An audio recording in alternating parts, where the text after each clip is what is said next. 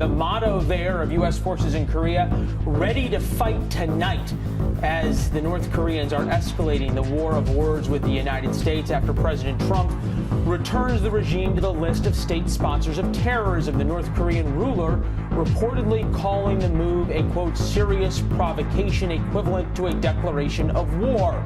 Today, the United States is designating North Korea as a state sponsor of terrorism.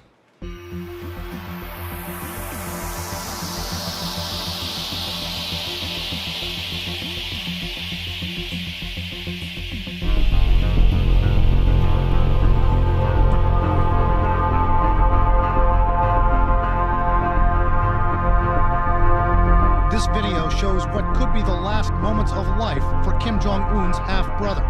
In the footage from Fuji television, Kim Jong-nam lies on a gurney at Kuala Lumpur's airport on February 13th, appearing to be unconscious, sometimes given oxygen. Minutes earlier, according to Malaysian officials, his face had been smeared with a deadly chemical weapon, VX nerve agent. This assassination, cited by President Trump as a key reason why North Korea is now being placed back on America's list of state sponsors of terrorism. North Korea has repeatedly supported acts of international terrorism, including assassinations on foreign soil. South Korean officials say Kim Jong-un ordered the hit on his half-brother. The North Koreans vehemently deny it. As the trial of the two women accused of Kim Jong-nam's murder has played out in recent days, stunning new information has been revealed. This trial is fascinating because, first of all, we're learning about North Korean tradecraft, the way they do kill people in public. According to Reuters, dozens of clips of surveillance footage have been played in court, some of it showing 4 suspects, identified by a chief investigator as North Korean handlers, talking to the women before the attack. Reuters reports the investigator testified that the men applied the VX to the women's hands. Then, after the attack, the men ducked into bathrooms, changed clothes. One shaved off his goatee.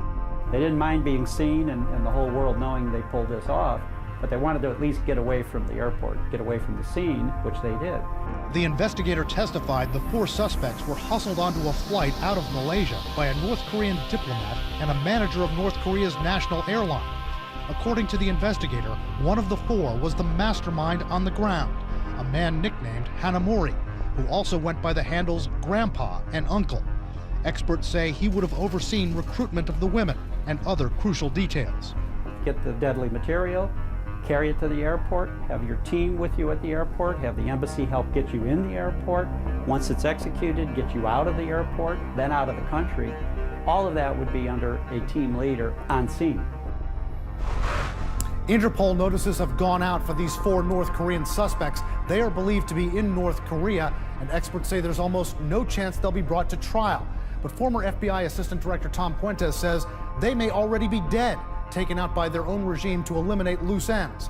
The 2 women have pleaded not guilty in the case and say they were duped into thinking this was an innocent TV prank, but they could be hanged if convicted. The one person who seems to have gotten away with all of this is Kim Jong-un.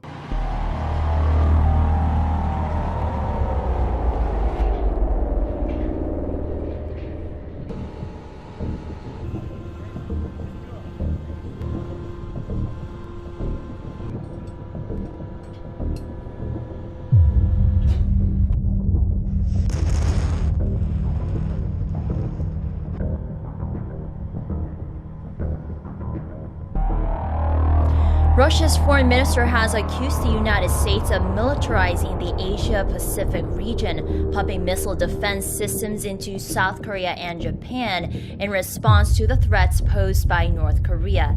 At a joint press briefing with his Japanese counterpart in Moscow on Friday, Sergei Lavrov voiced concerns that the U.S. and South Korea conducted a military drill in mid-October without prior notice and announced additional sanctions on North Korean companies as if waiting to pounce militarily if Pyongyang provoked them. He reiterated Moscow's stance that North Korea should not be used as an excuse for military expansionism in Northeast Asia.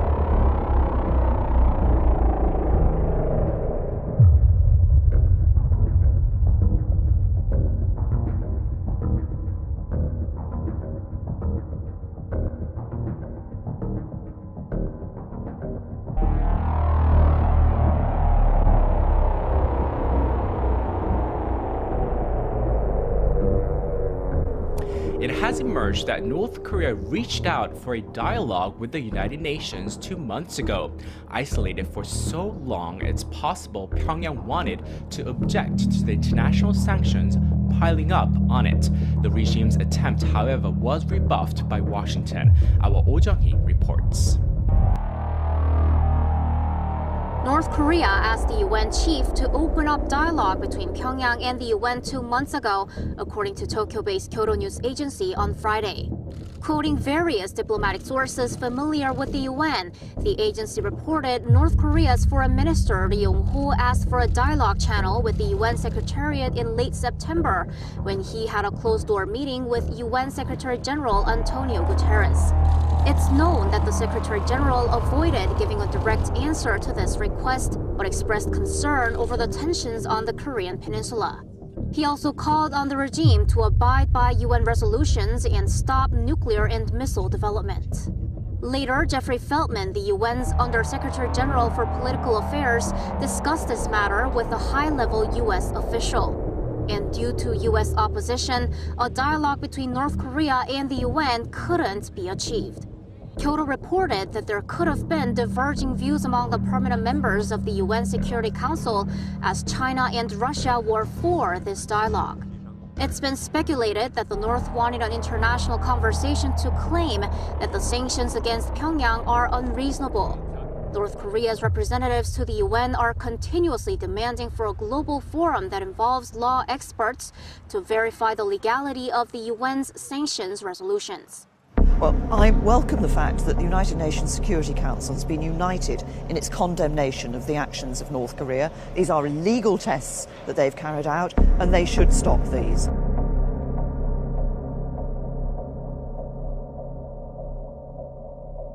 What I want to do is work with our international partners, and I will have obviously the opportunity here in Japan to talk to Prime Minister Abe about these tests that North Korea have been carrying out and how we can work together and with others internationally to put pressure on North Korea to stop.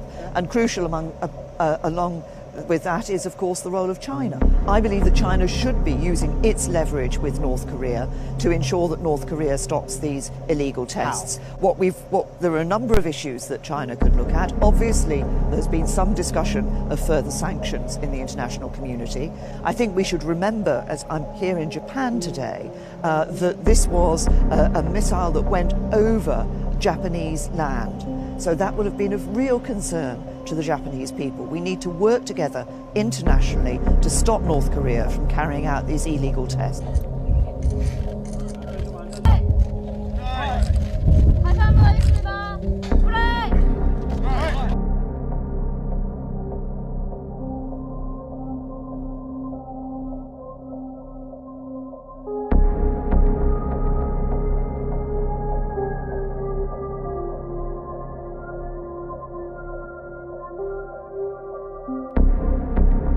There is an expiration date for all the narrative, and the North Korean regime is known for using two weapons against their own population. One is fear. They would suppress them, and we've seen that. There's evidence about that. But the second one is the feeling of isolation, meaning the North Koreans believe that their leadership is well connected worldwide, is that China is with them, as the United States is isolated. The same Soviet techniques of during the Cold War. Now, the North Korean starts to understand that many things have changed, that the United States is deployed, the East Asians are with the United States, and even that visit to China sends a strong message to North Korea that that regime is isolated, not the other way around.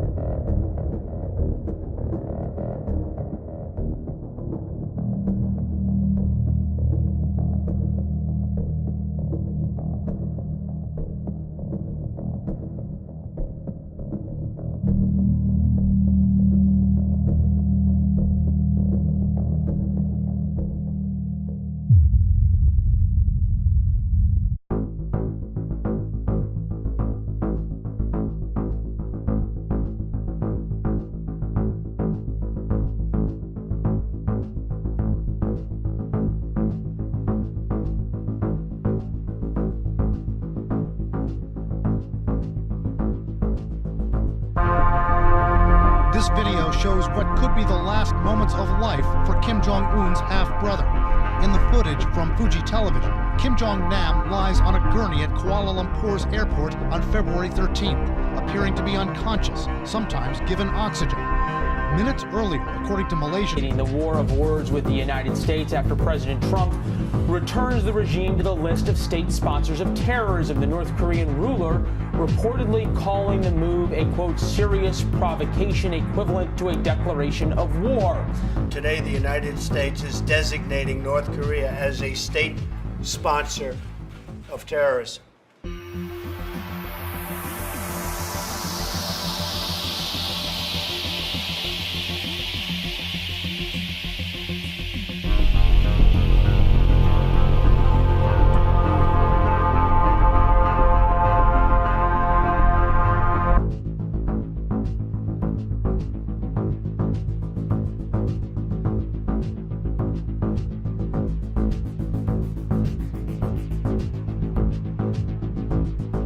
The motto there of U.S. forces in Korea, ready to fight tonight, as the North Koreans are escalating.